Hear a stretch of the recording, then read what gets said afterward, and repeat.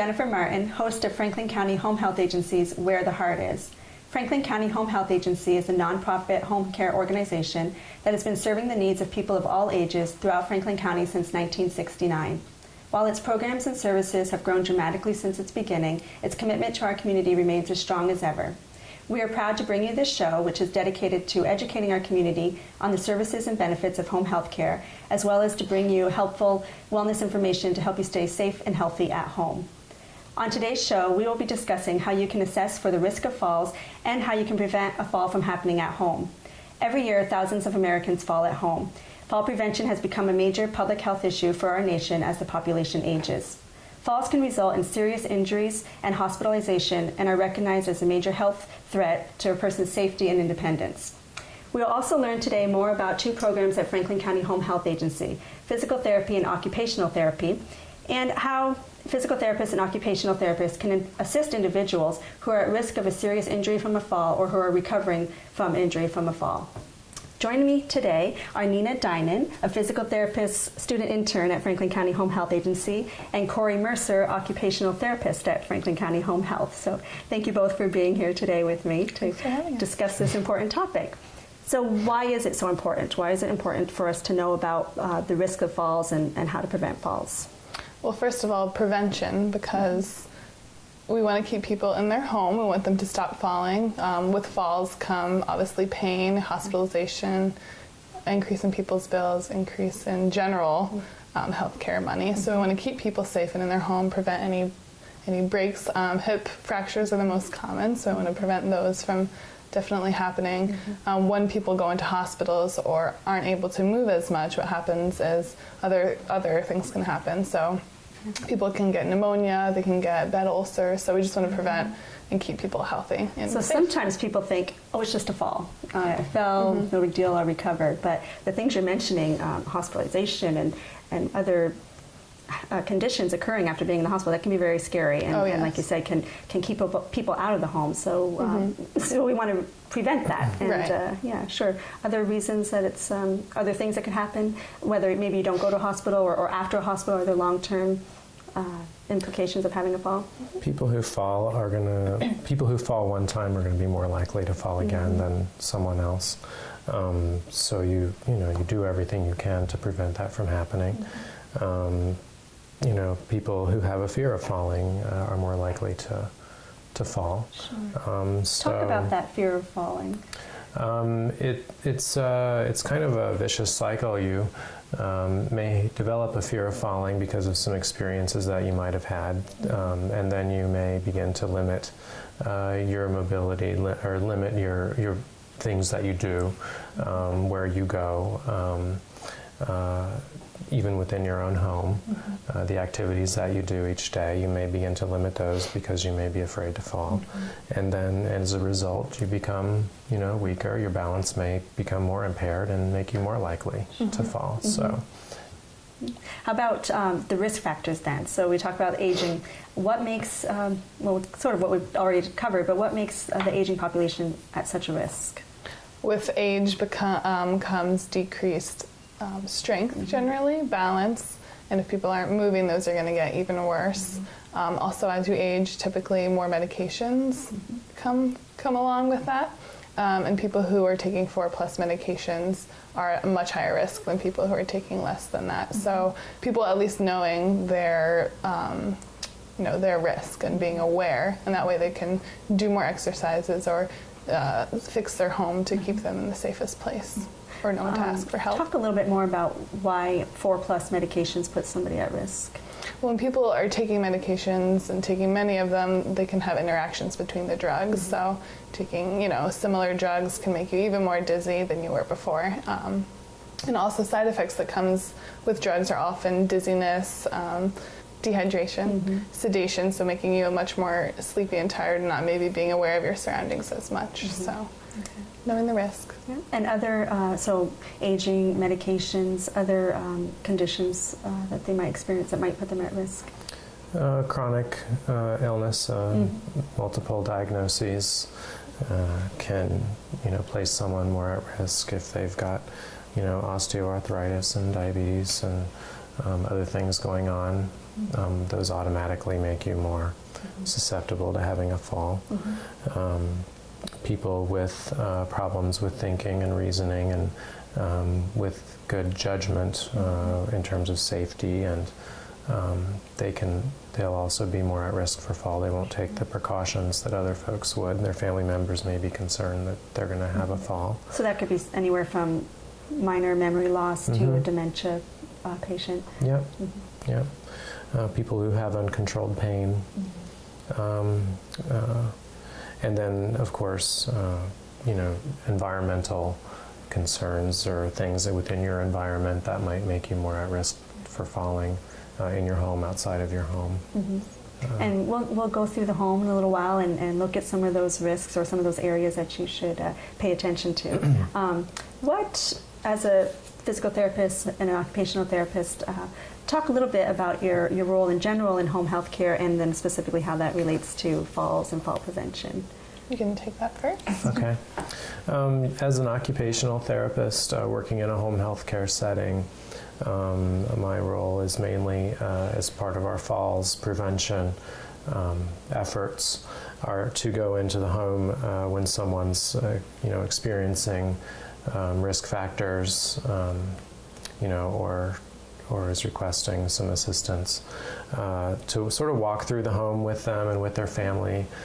We look around at the environment. We look at lighting. We might take the client through, preparing a simple meal, going in and out of the bathroom, how they might, do taking a shower, simple things like that, getting their clothes out of the closet.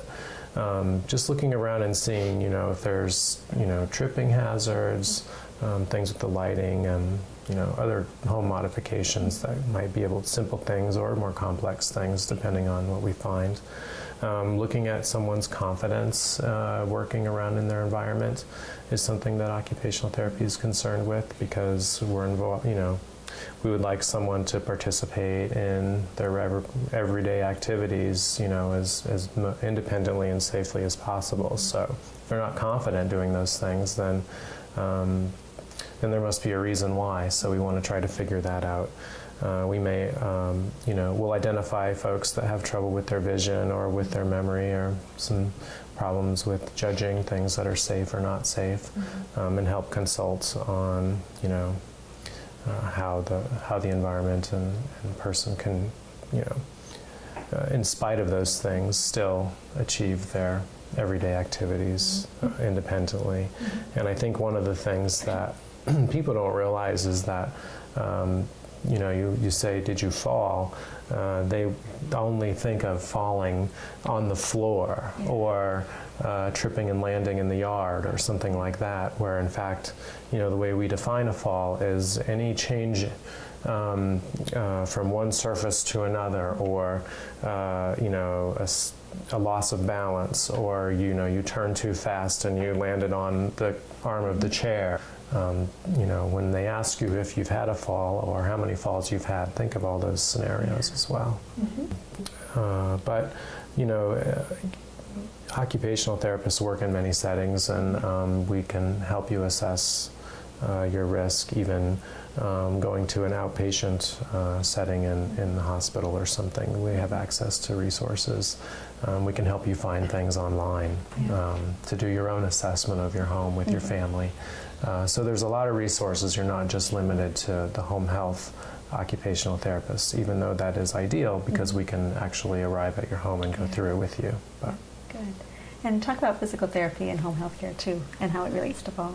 So some of what occupational therapy and physical therapy do, we laugh a little bit in terms of just taking a general look at the home, seeing how it's set up, if there's rugs or poor lighting. So looking at tripping hazards there. But our main focus is looking on walking and looking on strength, endurance, and balance in patients. So going through and really, there's some tests we can do to kind of get some numbers so we know where you're starting and what your balance score is.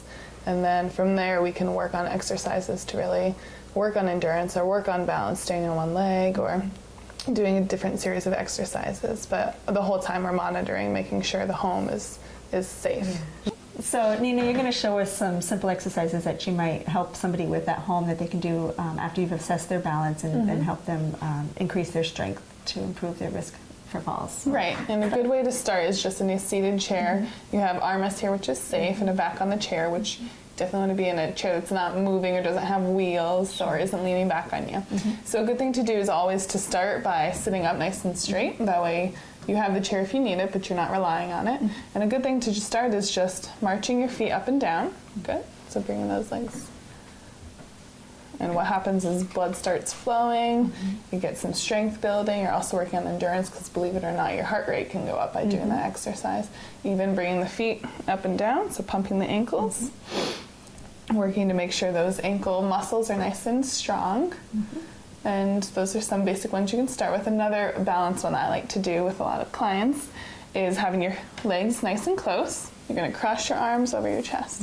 Even that, believe it or not, you have to use a lot of those trunk muscles to really stay up nice and tall.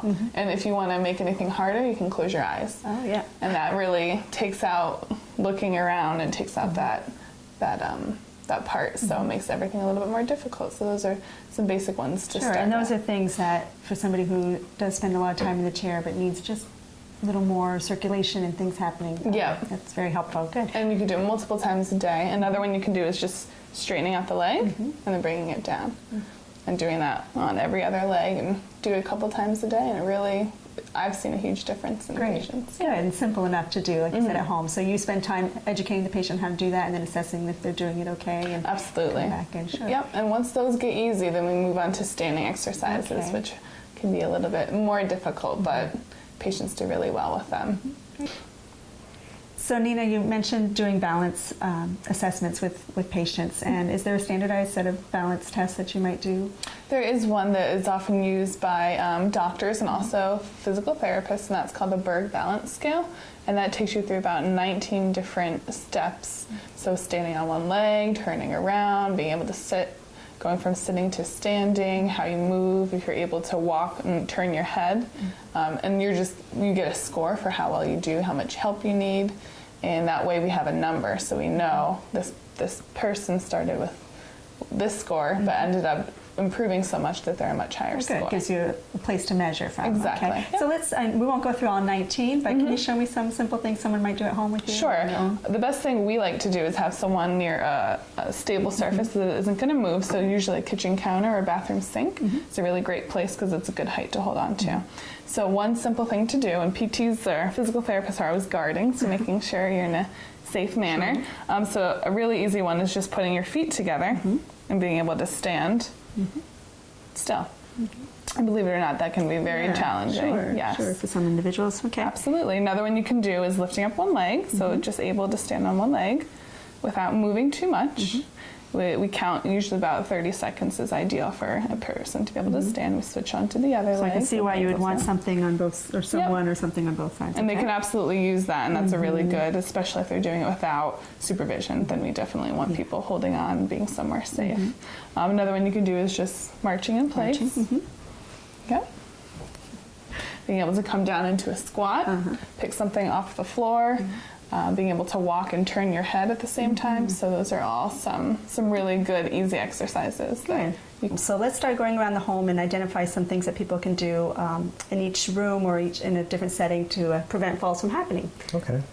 When we're doing an occupational therapy evaluation, part of our evaluation is to go through low vision screening questionnaires, and also to be aware by talking to the other team members in physical therapy what their balance and mobility impairments might be. And then we're looking at the environment to help them accomplish things. And now we're in the kitchen, so somebody moving about in the kitchen, we would want to look and see what heights things are stored at, what access they have to countertops and things like the refrigerator and the stove. So how much carrying are they going to need to do to prepare their meal? How complex meals do they normally prepare? And where do they want to be? We also want to, when we get the results of vision screening, we can identify, vision potential Lighting hazards. and- Things like lighting in the kitchen and overtask areas. Also, if there's spills and things like that, how are they going to clean them up? How are they not going to slip and fall? And things of that nature. So, and how do you prevent a spill? Someone with a problem with their vision, may fill a cup too full and it'll overflow, or may not carry something balanced and it, would slide off the plate, or things like that, or not even be able to see that it's spilled on the floor. So in this kitchen in particular, it's pretty nicely equipped. I could see someone, even with a walker or a cane, being able to move through this kitchen very efficiently. We have the door on the refrigerator opens so that people can transfer items from the refrigerator right to the counter without having to walk across the room. She's got the microwave set up here so that someone could stand and have a solid support surface while they're heating something in the microwave. There's a stool in here that's really nice because it's a nice height, so that if you have poor endurance or problems with your breathing or things like that, you could use the stool to sit and take a rest break, so you're not overexerting yourself, while you're doing the dishes or while you're waiting for something to cook. We would, might spend some time, if they do identify some fears or some problems, actually cooking a meal with them, or going through the whole process, because that always is enlightening for the client and for the therapist.